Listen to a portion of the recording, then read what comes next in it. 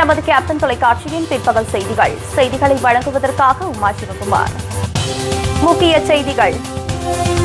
சட்டத்தை மதிக்காத ஒரே முதலமைச்சர் ஜெயலலிதா, கேப்டன் விஜயகாந்த் விமர்சனம்.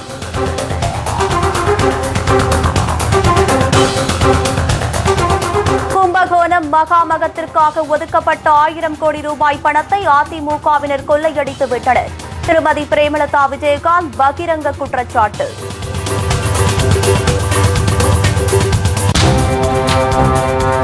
மூன்றாம் கட்ட பிரச்சாரத்தை அரியலூரில் நாளை துவக்குகிறார் திருமதி பிரேமலதா விஜயகாந்த். தேமுதிக மற்றும் கூட்டணி கட்சி நிர்வாகிகள் திரளாக கலந்து கொள்ள தேமுதிக தலைமை கழகம் அழைப்பு.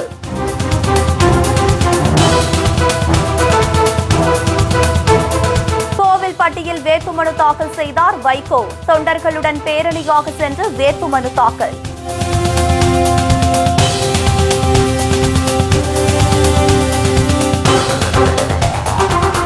கொளுத்தும் வெயிலில் மக்களை ஜெயலலிதா காவு வாங்கிக் கொண்டிருப்பதை தேர்தல் ஆணையம் வேடிக்கை பார்க்கிறது. மக்கள் நல கூட்டணி தலைவர்கள் குற்றச்சாட்டு.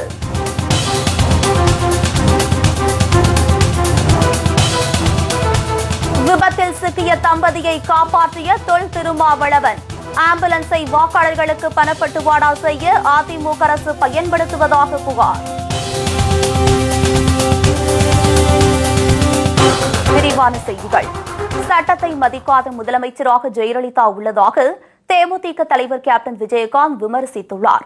திண்டுக்கல் மாவட்டம் பழனி, ஒட்டன்சத்திரம், ஆத்தூர், நிலக்கோட்டை, நத்தம், திண்டுக்கல், வேடச்சந்தூர் ஆகிய தொகுதிகளில் போட்டியிடும் வேட்பாளர்களை ஆதரித்து வேடச்சந்தூரில் கேப்டன் விஜயகாந்த் பிரச்சாரம் மேற்கொண்டார். அப்போது பொதுமக்களிடம் வேட்பாளர்களை அறிமுகம் செய்து வைத்து அவர் வாக்கு சேகரித்தார். பின்னர் கூட்டத்தில் பேசிய கேப்டன் விஜயகாந்த், முதலமைச்சர் என்பவர் சட்டத்தை மதித்து மக்களை காப்பாற்ற வேண்டும் என்றும், ஆனால் தமிழக முதலமைச்சர் ஜெயலலிதா சட்டத்தை மதிக்கவில்லை என்று கேப்டன் குற்றம் சாட்டினார். திமுக விஞ்ஞான ரூபத்தில் ஊழல் செய்வதாகவும், ஊழலின் உருவமாக ஜெயலலிதா திகழ்வதாகவும் கேப்டன் விமர்சித்தார். முதலமைச்சருங்க சட்டத்தை மதித்து மக்களை காப்பாற்றணும். யார்கிட்ட நயவஞ்ச ஒரு கூட்டத்திலிருந்து மக்களை காட்டுறவன் சரியான முதலமைச்சராக இருக்க முடியும். ஆனா இங்க அப்படியா இருக்கு? இல்லையே இல்லையே. இங்க யாரும் இங்க என்னென்னமோ நினைக்கிறாங்க, என்னமோ நடக்குது. இப்ப திமுகனா விஞ்ஞான ரூபத்தில் கொள்ளையடிச்சவங்க,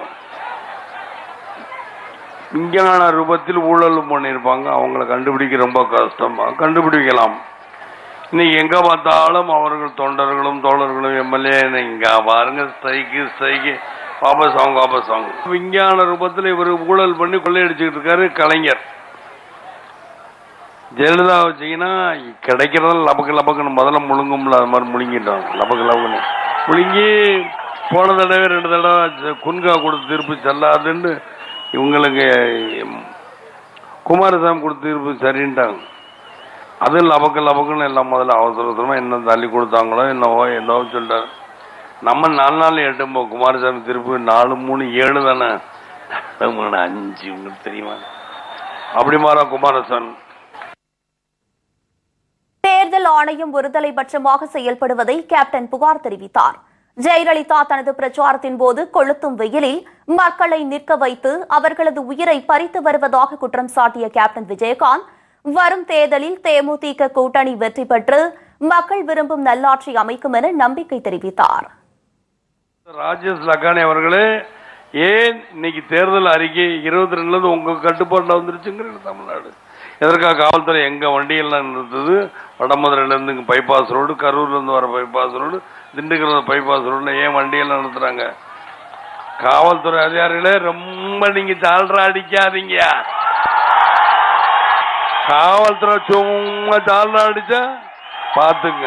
என்ன ஒரு ஜால்ரா அடிக்கிற ஒரு அளவுகோல், ஒவ்வொருத்தங்களும் ஒரு அளவுகோல் இருக்கு. அந்த அளவுகோலோட ஜால்ரா அடிங்க வேணான்னு சொல்ல. ஜெயலலிதாக்க ஜால்ரா அடிச்சு என்ன பண்ண போறீங்க? அதுக்காக எல்லா வண்டியும் வரவிடாதீங்க. என்ன வண்டி வந்தா என்ன, 10 நேரத்தில் வண்டி வந்தா என்ன விட்டுருவீங்களா? நீங்க தானே பாதுகாக்கணும். லஞ்சம் வாங்கணும் இல்லையா? இவ்வளவு தூரம் மக்கள் ஏன்னு விசிலடிக்கணும், நீங்க உங்க வாங்குறோம் அப்படித்தானே சந்தேகம் வரும். போலீஸ்காரங்க வாங்குறாங்கன்னு தானே வரும். ஏனென்றால் இதான் உண்மை. இப்ப அதிமுக முதல்ல மாதிரி திமுக இப்படி விஞ்ஞான நூல். அதனாலதான் இவர்கள் அண்ணா திமுக என்பது அடிதடி முதலை கட்சின்னு ஆயிடுச்சு. திமுக என்பது திருட்டு முதலை கட்சின்னு ஆகி போயிடுச்சு. தேனி மாவட்டம் ஆண்டிப்பட்டி, பெரியகுளம், போடிநாயக்கனூர், கம்பம் உள்ளிட்ட இடங்களில் போட்டியிடும் தேமுதிக, தமாக மக்கள் நல கூட்டணி வேட்பாளர்களை ஆதரித்து ஆண்டிப்பட்டியில் இன்று மாலை 4 மணியளவில் நடைபெறும் தேர்தல் பிரச்சார கூட்டத்தில் கேப்டன் விஜயகாந்த் எழுச்சியுரையாற்றவுள்ளார். அதைத் தொடர்ந்து மதுரை தெற்கு, மதுரை மேற்கு, உசிலம்பட்டி, திருப்பரங்குன்றம், திருமங்கலம் ஆகிய தொகுதிகளில் போட்டியிடும் கேப்டன் அணியின் வேட்பாளர்களை ஆதரித்து மாலை 6 மணியளவில் திருமங்கலத்தில் நடைபெறும் தேர்தல் பிரச்சார கூட்டத்தில் கேப்டன் எழுச்சியுரையாற்றுகிறார்.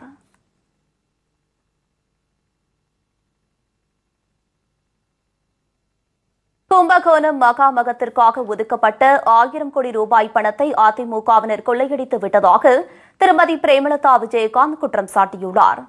கும்பகோணத்தில் தேமுதிக வேட்பாளர் பரமசிவத்தை ஆதரித்து பிரச்சாரம் செய்த திருமதி பிரேமலதா விஜயகாந்த் கும்பகோணத்தில் நடந்த தீ விபத்தின் போது பாதிக்கப்பட்டவர்களை முதலில் நேரில் சந்தித்து ஆறுதல் தெரிவித்தவர் கேப்டன் விஜயகாந்த் என்று கூறினார்.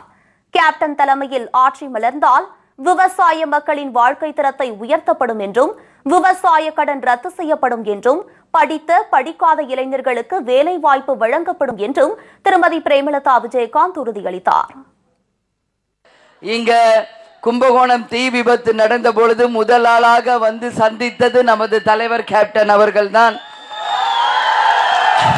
அனைத்து குடும்பங்களுக்கும் நேரடியாக சென்று ஆறுதல் கூறி அனைத்து மக்களுக்கும் தன்னாலான உதவியையும் செய்த ஒரே தலைவர் நமது கேப்டன் அவர்கள்தான் இன்றைக்கு வரைக்குமே.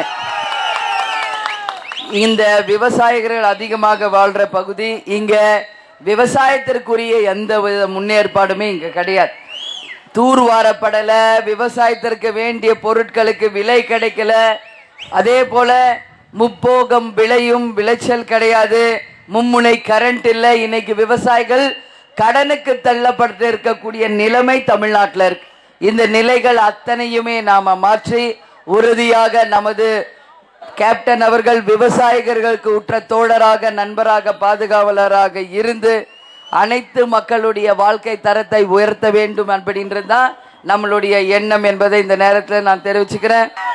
அதே போல விவசாயிகளுடைய கடன் ரத்து செய்யப்படும், மும்முனை கரண்ட் உங்களுக்கு வழங்கப்படும், நேரடி கொள்முதல் விலையை நிச்சயமாக அரசாங்கமே பிக்ஸ் பண்ணி விவசாயிகள் கிட்ட இருந்து பொருட்களை வாங்கி நாங்களே விநியோகம் செய்வோம். எல்லா விவசாய மக்களும் வாழ்ந்ததாக ஒரு சரித்திரத்தை உருவாக்குவோம். அது மட்டும் இல்ல, படித்த படிக்காத இளைஞர்களுக்கு வேலை வாய்ப்பு, 25 லட்சம் பெண்களுக்கு வேலை வாய்ப்பு, அடிப்படை வசதிகள் தேவைகளை முன்னேற்றி இந்த பகுதியில் இருக்கிற எல்லாவற்றையும் முன்னேற்றுவதுதான் கேப்டனுடைய லட்சியம் என்பதை இந்த நேரத்தில் உங்க எல்லாருக்கும் நான் சொல்றேன். கும்பகோணம் மகாமகத்தை முன்னிட்டு ஒதுக்கப்பட்ட 1000 கோடி ரூபாய் பணத்தை அதிமுகவினர் கொள்ளையடித்து விட்டதாக குற்றம் சாட்டிய அவர், வரும் தேர்தலில் திமுக அதிமுகவை அகற்றி கேப்டன் தலைமையில் லஞ்ச ஊழலற்ற ஆட்சி தமிழகத்தில் அமையும் என்று அவர் நம்பிக்கை தெரிவித்தார். கும்பகோணம் மகாமகம் நடந்துச்சு, 1000 கோடி ரூபாய் ஒதுக்குனாங்க. ஆனா ஏதாவது ஒரு சுத்தம் கும்பகோணம் வார்டுல எங்கேயாவது நம்ம பார்க்க முடியுதா? எல்லா வார்டுலயும் குப்பை கூலங்கள், சாக்கடை தான். எந்த விதமான முன்னேற்றமோ எந்த விதமான டெவலப்மெண்ட்டோ கிடையாது. ஒரே ஒரு டெவலப்மெண்ட் தான், எங்க பார்த்தாலும் ப்ளீச்சிங் பவுடரா கொட்டி வச்சிருக்கிறாங்க. கேட்டா சுத்தப்படுத்துறோம் கிலோ கணக்கா கொண்டு வந்து ப்ளீச்சிங் பவுடரை கொட்டிட்டா நம்ம ஆளுங்களுக்கு நகரத்தையே சுத்தம் பண்ணிட்ட மாதிரி ஒரு ஞாபகம். அதனால குளத்தை சுத்தி போய் பாருங்க, வெறும் ப்ளீச்சிங் பவுடர் தான் இருக்குது, வேற ஒன்றும் கிடையாது. கேட்டா சுத்தப்படுத்தணும். இதுக்கு 1000 கோடி ரூபாய் ஒதுக்கி இருக்காங்க. ப்ளீச்சிங் பவுடர் போறதுக்கு 1000 கோடி தேவையா? அப்ப எங்க போகுது அந்த கோடிகள் என்பது மக்களாகிய நீங்கள் நினைச்சு பார்க்கணும். இதுல எல்லாம் திருடுறதான் தேர்தல் நேரம் வர்றப்போ ஓட்டுக்கு காசு கொடுக்கிறோம் சொல்லி மக்களை ஏமாத்திக்கிட்டு இருக்காங்க. உறுதியாக இந்த முறை ஆண்ட கட்சிகளான திமுக அதிமுக 2 கட்சிகளையும் தமிழ்நாட்டை விட்டு அகற்றி கேப்டனுடைய தலைமையில லஞ்சம் ஊழலுக்கு அப்பாற்பட்டு ஒரு நேர்மையான ஒரு அரசியலை, நேர்மையான ஒரு மக்கள் ஆட்சியை நாம கொண்டு வர நீங்கள் அனைவருமே நல்லபடியாக சிந்திச்சு கேப்டன் தலைமையிலான இந்த ஆட்சிக்கு நீங்க எல்லோருமே உறுதுணையாக இருந்து ஒரு மாற்றத்தை தரணும்னு சொல்லி கேட்டுக்கிறேன். கடலூர் மாவட்டம் குறிஞ்சிப்பாடி தொகுதிக்குட்பட்ட குள்ளஞ்சாவடி, நடுவீரப்பட்டு மற்றும் பன்ருட்டி தொகுதிக்குட்பட்ட நெல்லிக்குப்பம், புதுப்பேட்டை ஆகிய இடங்களில் திருமதி பிரேமலதா விஜயகாந்த் இன்று தேர்தல் பிரச்சாரம் மேற்கொள்ளவுள்ளார். அதைத் தொடர்ந்து விருதாச்சலம் தொகுதிக்குட்பட்ட மங்கலப்பேட்டை மற்றும் திட்டக்குடி தொகுதிக்குட்பட்ட பெண்ணாடம் ஆகிய பகுதிகளிலும் அவர் வாக்கு சேகரிப்பில் ஈடுபடவுள்ளார்.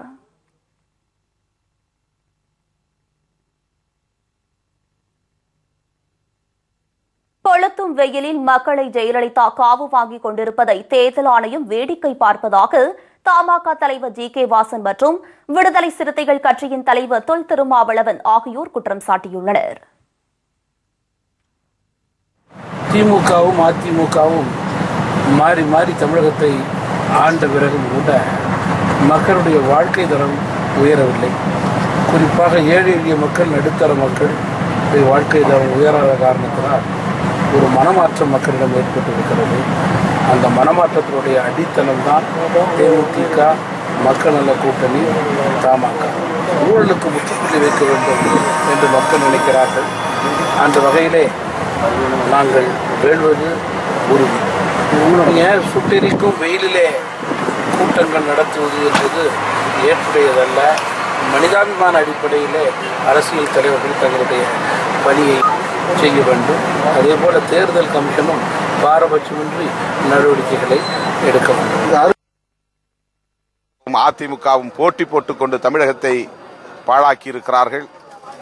வீதிக்கு வீதி, சந்துக்கு சந்து சாராய கடைகளை திறந்து வைத்துவிட்டு தமிழ்நாட்டு இளைஞர்களையும், இன்னும் சொல்ல போனால் பள்ளி மாணவ மாணவியரையும் கூட குடிப்பழக்கத்திற்கு ஆளாக்கி இருக்கிற பெருமை இந்த இரு கட்சிகளையும் சாரும். தேர்தல் பிரச்சாரத்திற்கு கூலி கொடுத்து ஆட்களை திரட்டி வந்து கொளுத்து வெயிலில், கோடை வெயிலில் காக்க வைத்து இன்றைக்கு 5 பேர் உயிர் பலியாகக்கூடிய அளவுக்கு அதிமுக செயல்பட்டிருக்கிறது என்பதை பொதுமக்கள் எண்ணி பார்க்க வேண்டும். அதற்காக நம்முடைய தமிழக முதல்வர் அவர்கள் ஒரு இரங்கல் கூட தெரிவிக்கவில்லை. அந்த குடும்பத்தினருக்கு ஆறுதல் கூட கூறவில்லை. அவர் ஏசி பொருத்தப்பட்ட மேடையிலே அமர்ந்து பேசுகிறார். பல்லாயிரக்கணக்கான பொதுமக்கள் கொளுத்தும் கோடை வெயிலில் மணிக்கணக்கிலே காக்க வைக்கப்பட்டு அதனால் பலர் உயிரிழக்க நேர்ந்திருக்கிறது. தேர்தல் ஆணையம் இதையெல்லாம் வேடிக்கை பார்த்துக் கொண்டிருப்பது அதிர்ச்சி அளிக்கிறது. இப்போது அதிமுகவும் திமுகவும் தம்முடைய ஊடக பலத்தை வைத்துக் கொண்டு தாங்கள் தான் ஆட்சியை பிடிக்கப் போகிறோம் என்கிற ஒரு தோற்றத்தை, ஒரு மாயையை கட்டமைத்து வருகிறார்கள். ஆனால் இதுவரை தமிழகத்தில் இல்லாத ஒரு மாற்று அணியை தேமுதிக, மக்கள் நல கூட்டணி, தமாக என்னும் இந்த மாற்று அணியை ஆட்சி அதிகாரத்தில் மக்கள் அமர வைக்கப் போகிறார்கள் என்பதை நான் மகிழ்ச்சியோடு தெரிவித்துக் கொள்ள கடமைப்பட்டிருக்கிறேன். சிறிய இடைவேளைக்கு பிறகு மேலும் பல செய்திகளை பார்க்கலாம். தொடர்ந்து இணைந்திருங்கள் நமது கேப்டன் தொலைக்காட்சியுடன். அரசியல் காழ்ப்புணர்ச்சியால் தேமுதிக தலைமை கழகம் மீது கல்வீசி தாக்குதல் நடத்தி அராஜகத்தில் ஈடுபட்டவர் கைது செய்யப்பட்டுள்ளார். நடைபெறவுள்ள சட்டசபை தேர்தலில் தேமுதிக, தமாக, மக்கள் நல கூட்டணி இணைந்து போட்டியிடுகிறது. இந்த கூட்டணிக்கு மக்களிடையே நாளுக்கு நாள் ஆதரவு பெருகி வருவதை பொறுத்துக் கொள்ள முடியாமல் கலக்கத்தில் இருக்கும் திமுக மற்றும் அதிமுக கட்சிகள் சதி, மிரட்டல் மற்றும் அச்சுறுத்தல் வேலையில் இறங்கியுள்ளன. இந்நிலையில் சென்னை கோயம்பேட்டில் உள்ள தேமுதிக தலைமை கழகம் மீது கல்வீசி தாக்குதல் நடத்தி மர்ம நபர் அட்டூழியத்தில் ஈடுபட்டார். இது கடந்த 2 மாதத்தில் 3வது முறை நிகழ்ந்த தாக்குதலாகும். இந்த தாக்குதல் தொடர்பாக தேமுதிக சார்பாக காவல்துறையில் புகார் அளிக்கப்பட்டது. இந்நிலையில் தலைமை கழகம் மீது தாக்குதல் நடத்திய விழுப்புரத்தை சேர்ந்தவர் சென்னையில் போலீசார் கைது செய்தனர். விபத்தில் சிக்கி உயிருக்கு போராடிக் கொண்டிருந்த தம்பதிகளை மீட்டு விடுதலை சிறுத்தைகள் கட்சித் தலைவர் தொல் திருமாவளவன் அவர்களை மருத்துவமனைக்கு அனுப்பி வைத்த சம்பவம் நெகிழ்ச்சியை ஏற்படுத்தியுள்ளது. வீராநத்தம் என்ற இடத்தில் நிகழ்ந்த சாலை விபத்தில் சிக்கிய தம்பதி உயிருக்கு போராடிக் கொண்டிருந்தார். அவ்வழியாக வந்த பலரும் கண்டுகொள்ளாமல் சென்று கொண்டிருந்தனர். காட்டுமன்னார் கோவிலில் நடைபெற்ற பிரச்சார கூட்டத்திற்காக அவ்வழியாக சென்று கொண்டிருந்த விடுதலை சிறுத்தைகள் கட்சித் தலைவர் தொல் திருமாவளவன் இதனை கண்டு அதிர்ச்சியடைந்தார். உடனே விரைவாக செயல்பட்ட அவர் விபத்தில் சிக்கிய அந்த தம்பதியை மீட்டு வாகனத்தில் உடனடியாக மருத்துவமனைக்கு அனுப்பி வைத்தார். திருமாவளவனின் இந்த செயலுக்கு பல்வேறு தரப்பினரும் பாராட்டு தெரிவித்தனர். நேரம் வரையில் 108 ஆம்புலன்ஸ் அங்கு வரவில்லை. 108 ஆம்புலன்ஸில் ஆளுங்கட்சியினர் ஊருக்கு ஊர் வாக்காளர்களுக்கு பணம் கொடுப்பதற்காக கோடிக்கணக்கில் பணத்தை எடுத்துச் செல்வதற்கு பயன்படுத்துகிறார்கள் என்ற தகவலும் இந்த நேரத்தில் நம்முடைய காதுகளுக்கு செவிகளுக்கு வந்து சேர்வது அதிர்ச்சி அளிக்கிறது. கால் உடைந்து முற்றிலும் சதை சிதைந்த நிலையில் ரத்தம் ஆறாக ஓடும் நிலையில் ஏறத்தாழ 3/4 மணி நேரம் அங்கே கணவனும் மனைவியும் கடந்து புரண்டு கொண்டிருக்கிற சூழலில் 108 ஆம்புலன்ஸ் வண்டிகள் எதுவுமே வரவில்லை என்று சொன்னது அதிர்ச்சியும் வேதனையும் அளித்தது. 108 ஆம்புலன்ஸை பராமரிக்கக்கூடிய அதிகாரிகள் இது குறித்து விசாரிக்க வேண்டும், உரிய நடவடிக்கை எடுக்க வேண்டும் என்று கேட்டுக்கொள்கிறேன். மேற்கு வங்க சட்டமன்றத்திற்கான 4ஆம் கட்ட வாக்குப்பதிவு விறுவிறுப்பாக நடைபெற்று வருகிறது. மேற்கு வங்க மாநிலத்தில் 6 கட்டங்களாக வாக்குப்பதிவு நடைபெறுகிறது. இதில் ஏற்கனவே 3 கட்ட வாக்குப்பதிவு நடைபெற்று முடிந்த நிலையில் 4ஆம் கட்டமாக இன்று 49 தொகுதிகளுக்கான வாக்குப்பதிவு விறுவிறுப்பாக நடைபெற்று வருகிறது. பலத்த பாதுகாப்புக்கு மத்தியில் மக்கள் நீண்ட வரிசையில் நின்று வாக்களித்து வருகின்றனர். 9 மணி நேர நிலவரப்படி 21.69% வாக்குகள் பதிவாகியுள்ளதாக தகவல்கள் வெளியானது. சுமார் 1,08,00,000 பேர் இந்த தேர்தலில் வாக்களிக்க உள்ளனர். இந்த தேர்தலில் 40 பெண்கள் உள்பட 345 பேர் போட்டியிடுகின்றனர். முன்னெப்போதும் இல்லாத அளவுக்கு பாதுகாப்பு ஏற்பாடுகள் செய்யப்பட்டுள்ளன. பயங்கரவாத அச்சுறுத்தலால் வாக்குச்சாவடிகளில் 90,000 பாதுகாப்பு படை வீரர்கள் குவிக்கப்பட்டுள்ளனர்.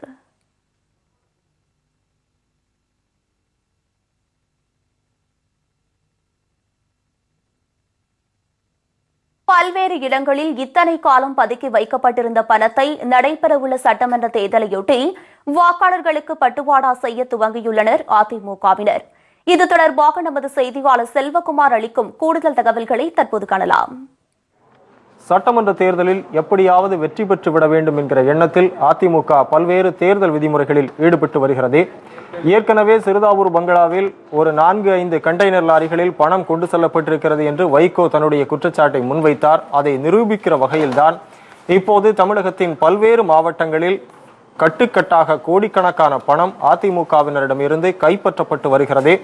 தேர்தல் ஆணையத்திற்கு கிடைத்த தகவலின்படி கரூர் மாவட்டத்தில் அந்த ஆத்தூர் தொகுதியில் அதிமுகவினுடைய வேட்பாளராக களமிறக்கப்பட்டிருக்கக்கூடிய நத்தம் விஸ்வநாதன் இந்த தேர்தலில் எப்படியாவது வெற்றி பெற்று விட வேண்டும் என்கிற நோக்கத்தில் பணப்பட்டுவாடாவில் ஈடுபட்டிருக்கிறார் என்கிற செய்தி கிடைத்தவுடன் அங்கே அவரது நண்பரது வீட்டில் சோதனை நடத்திய போது அன்புநாதன் என்பவரிடம் இருந்து 5 கோடி ரூபாய் பணம் கடந்த சில நாட்களுக்கு முன்பு கைப்பற்றப்பட்டது. அந்த பணம் கூட அதை கொண்டு சென்று விநியோகம் செய்வதற்கு ஆம்புலன்ஸ் வாகனம் பயன்படுத்தப்பட்டு வந்ததுதான் மிகப்பெரிய விசித்திரமான ஒன்று. ஒரு அவசர காலத்தில் நோயாளிகளின் காப்பாற்றுவதற்காக அவர்களுடைய உயிரை மீட்பதற்காக செல்லக்கூடிய வாகனத்தை யாரும் சோதனை செய்ய மாட்டார்கள் என்கிற நோக்கத்தில் தான் ஆம்புலன்ஸ் வாகனத்தை கூட ஒரு மிக நுட்பமான முறையில் இந்த பணப்பட்டுவாடாவிற்கு இவர்கள் பயன்படுத்தி வருவதும் கண்டுபிடிக்கப்பட்டது. இது மிகப்பெரிய அதிர்வலைகளை ஏற்படுத்தி இருந்த சூழலில் நேற்று சென்னை எழும்பூரில் அதிமுக பிரமுகர் அனந்த கிருஷ்ணசாமி என்பவரிடம் வருமான வரித்துறையினர் மிகுந்த சோதனை நடத்தி இருக்கிறார்கள். விடிய விடிய சோதனை நடத்தியதில் அவரது வீட்டில் இருந்து 5 கோடி ரூபாய் பணம் கைப்பற்றப்பட்டிருக்கிறது. இது தொடர்பாக அதிமுக பிரமுகர் விஜய் கிருஷ்ணசாமி என்பவரும் உடந்தையாக இருந்தது தெரிய வந்திருக்கிறது. இந்த விஜய் கிருஷ்ணசாமியினுடைய தந்தை விஜயகுமார் என்பவர் எம்ஜிஆர் மன்ற செயலாளராக இருந்து வருகிறார். அதிமுகவில் எம்எல்ஏ ஒருவரை பார்ப்பதற்காக விழுப்புரத்திற்கு வந்த அவரை சென்னைக்கு அழைத்து வந்து போலீசார் ரகசிய இடத்தில் வைத்து விசாரணை மேற்கொண்டு வருகின்றனர். இதேபோல் திருவிக நகரிலும் கூட அதிமுக பிரமுகர் ஒருவருக்கு சொந்தமான வீட்டில் கட்டுக்கட்டான பணம் அங்கே கையிருப்பில் வைக்கப்பட்டிருப்பதும் பணப்பட்டுவாடா செய்வதற்கு இவர்கள் தயாராக இருப்பதும் தேர்தல் ஆணையத்திற்கு ரகசிய தகவலாக கிடைத்திருக்கிறது. இதேபோல் தமிழகத்தினுடைய பல்வேறு மாவட்டங்களிலும் அதிமுகவினர் கோடிக்கணக்கான பணங்களை தாராளமாக செலவழித்து இந்த தேர்தலில் எப்படியாவது வெற்றி பெற்று விடலாம் என்ற நோக்கத்தில் களமிறங்கியிருக்கிறார்கள். இது வன்மையாக கண்டிக்கத்தக்கது என்று சமூக ஆர்வலர்களும் அரசியல் விமர்சகர்களும் தங்களுடைய குற்றச்சாட்டை முன்வைக்கின்றனர். தமிழகத்தின் பல்வேறு பகுதிகளில் தேமுதிக மக்கள் நல கூட்டணி தமாக வேட்பாளர்களை வெற்றி பெற செய்ய கழக தொண்டர்கள் மற்றும் கூட்டணி கட்சியினர் தேர்தல் பணிகளில் தீவிரமாக ஈடுபட்டு வருகின்றனர்.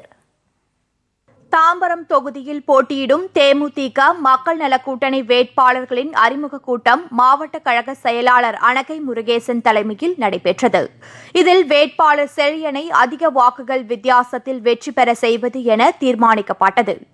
இதேபோல் குளச்சல் தொகுதி மதிமுக வேட்பாளரின் அறிமுக கூட்டத்தில் வேட்பாளர் சம்பத் சந்திராவை அதிக வாக்குகள் வித்தியாசத்தில் வெற்றி பெற செய்வது என தீர்மானிக்கப்பட்டது. நாகர்கோவிலில் தேமுதிக மக்கள் நல கூட்டணியின் தொகுதி தேர்தல் அலுவலகம் திறக்கப்பட்டது. அத்தொகுதியில் போட்டியிடும் மதிமுக வேட்பாளர் ராணி செல்வினை ஆதரித்து கூட்டணி கட்சியினர் தொடர்ந்து வாக்கு சேகரிப்பில் ஈடுபட்டு வருகின்றனர்.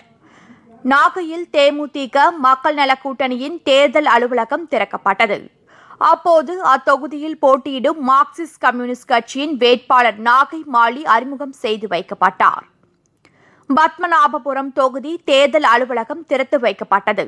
நிகழ்ச்சியில் வேட்பாளர் ஜெகநாதன் அறிமுகம் செய்து வைக்கப்பட்டு அவரின் வெற்றிக்கு பாடுபடுவது என முடிவு எடுக்கப்பட்டது. விருதாச்சலம் தொகுதியில் போட்டியிடும் PVP முத்துக்குமாரை அதிக வாக்குகள் வித்தியாசத்தில் வெற்றி பெற செய்வது என தேமுதிக மக்கள் நல கூட்டணியின் செயல் வீரர்கள் கூட்டத்தில் தீர்மானம் நிறைவேற்றப்பட்டது.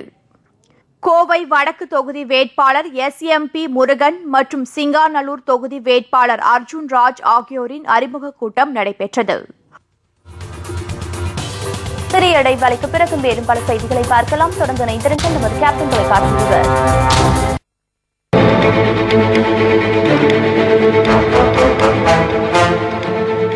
கிராமப்புற கோயில் அர்ச்சகர்கள் பூசாரிகள். தமிழகத்தில் உள்ள அனைத்து கிராமப்புற கோயில் அர்ச்சகர்களுக்கும் மாத ஊதியம் வழங்கப்படும். இத்திட்டத்தின் மூலம் 60,000 பேர் பயன்பெறுவார்கள். தமிழ் வளர்ச்சி. ஆண்டுக்கு 250 நூல்கள் வரை தேசியமயமாக்கப்பட்டு அதன் ஆசிரியர்களுக்கு சன்மானம் வழங்கப்படும். 10 ஆண்டுகளுக்கும் மேல் செயல்படும் அனைத்து இலக்கிய இயக்கங்கள், அமைப்பு, மன்றம், கழகங்கள் என நடத்தி வருபவர்களின் தேவை அடிப்படையில் ரூபாய் 25,000 முதல் ரூபாய் 10 லட்சம் வரை மானியம் ஒருமுறை வழங்கப்படும்.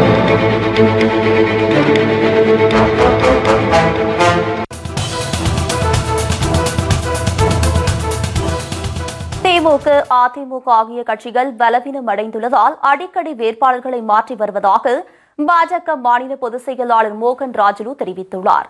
மேலும் இதே பலவீனம் அவர்கள் ஆட்சி அமைப்பதிலும் இருக்கும் என்றும் அவர் விமர்சித்தார்.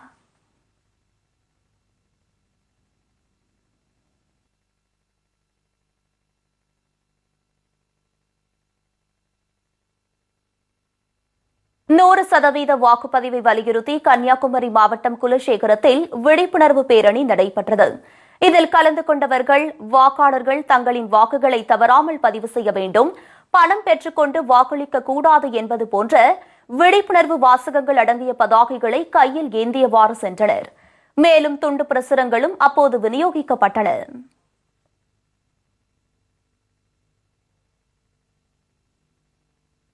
பொள்ளாச்சி அருகே ஓட்டுநரின் கட்டுப்பாட்டை இழந்த கார் மரத்தின் மீது மோதி விபத்துக்குள்ளானதில் அதில் பயணம் செய்த 2 பேர் பரிதாபமாக உயிரிழந்தனர். கோவை சூலூர் பகுதியைச் சேர்ந்த நட்ராஜ் வள்ளியம்மாள் தம்பதியினர் பொள்ளாச்சியில் உள்ள தமது உறவினரின் வீட்டிற்கு காரில் சென்றுள்ளனர். அப்போது முன்னால் சென்ற வாகனத்தை முந்தி செல்ல முற்பட்ட போது ஓட்டுநரின் கட்டுப்பாட்டை இழந்த கார் சாலையோர மரத்தின் மீது பயங்கரமாக மோதியது. இதில் காரில் பயணம் செய்த தம்பதியர் 2 பரிதாபமாக உயிரிழந்தனர். சென்னை பல்லாவரத்தில் இரவு நேர மின்வெட்டை கண்டித்து துணை மின் நிலையத்தை பொதுமக்கள் முற்றுகையிட்டதால் பரபரப்பு ஏற்பட்டது.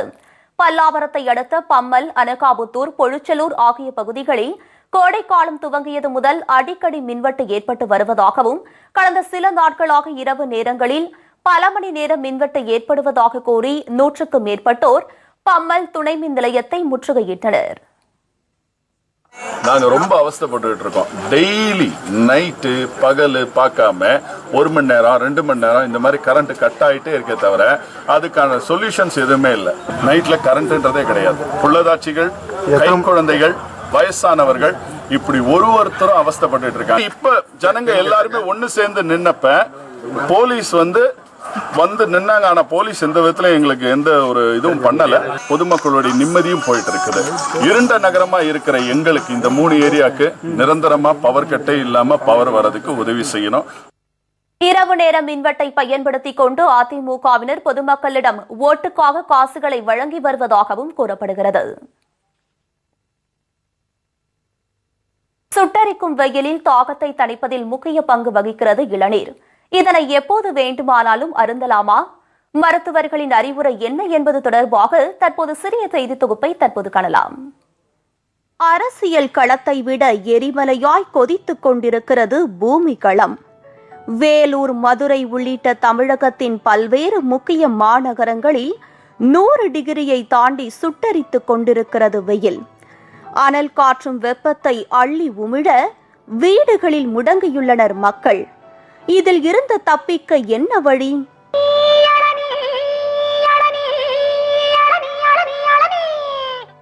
இளமை தரும் இளநீர் உள்ளிட்ட இயற்கை பானங்களை பருகி சூட்டை தணிக்கலாம் என்பது பெரும்பான்மையான மக்கள் அறிந்ததே.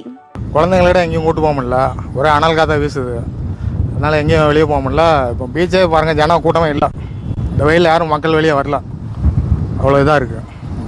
இருப்பினும் இதனை எப்போது அருந்தலாம்? இதனை அருந்துவதால் என்ன பலன்? இதில் அடங்கியுள்ள சத்துக்கள் என்னென்ன என்பது பலரது முன் அணிவகுத்து நிற்கும் கேள்வி. இது தொடர்பாக விளக்கம் அளிக்கின்றனர் மருத்துவர்கள். வரலாறு காணாத கடுமையான வெயில் தற்போது தாக்கி கொண்டிருப்பதால் மக்கள் அதிகமாக குளிர்பானங்கள் சாப்பிட்டு வருகிறார்கள். இளநீ மக்கள் விரும்பி சாப்பிடுகிறார்கள். இளநீ என்பது இயற்கையாக கிடைக்கக்கூடிய கலப்படமில்லாத ஒரு பொருளாகும். இந்த இளநியை மக்கள் காலை நேரத்தில், அதாவது வெறும் வயத்தில் சாப்பிட்டாச்சனால் உடலுக்கு மிக குளிர்ச்சியுடன் அவர்களுடைய உடலுக்கு அன்றைய தேவைக்கு தேவையான பொட்டாசியம் சத்து மிக அதிகமாக கிடைக்கின்றது. இந்த இளநியை மக்கள் மிக அதிகமாக விரும்பி சாப்பிடுவதால் அவர்களுடைய உடல் குளிர்ச்சியுடனும் சிக்கன் பாக்ஸ் போன்ற நோய்கள் மக்களுக்கு தாக்காத அளவிற்கும் அது பாதுகாக்கின்றது. இன்றைக்கு ஒட்டுமொத்த மக்களும் இளநியை மிக அதிகமாக விரும்பி சாப்பிடுகிறார்கள். மனிதனுக்கு இன்றைக்கு அதிகமாக வெயிலில் நடமாடக்கூடிய முதியவர்கள் சுருண்டு விழுந்து உயிர் இழக்கக்கூடிய ஒரு நிலவரம் இன்றைக்கு இருக்கின்றது. இந்த இளநீ, ஒரு மனிதன் ஒரு நாளைக்கு ஒரு இளநியை சாப்பிட்டாச்சனால் அவனுடைய உடம்பில் அதிகமான எதிர்ப்பு சக்திகளும் இந்த சூட்டினால் உருவாகக்கூடிய நோய்களும் தடுக்கப்படுகின்றது. புகையிலை, மதுபானங்களால் உடல் உள் உறுப்புகளில் ஏற்பட்டுள்ள கெடுதல்களை சரி செய்ய தினமும் ஒரு இளநீர் குடிக்க அறிவுறுத்துகின்றனர் மருத்துவர்கள். உடலுக்கு தீங்கு விளைவிக்கும் செயற்கை பானங்களை தவிர்த்து இயற்கையை போற்றுவோம், இளமையோடு வாழ்வோம். இத்துடன் இந்த செய்தி தொகுப்பு நிறைவடைகிறது. உண்மை செய்திகளை உள்ளது உள்ளபடி உடனுக்குடன் தெரிந்து கொள்ள தொடர்ந்து இணைந்திருங்கள் நமது கேப்டன் தொலைக்காட்சியுடன். வணக்கம்.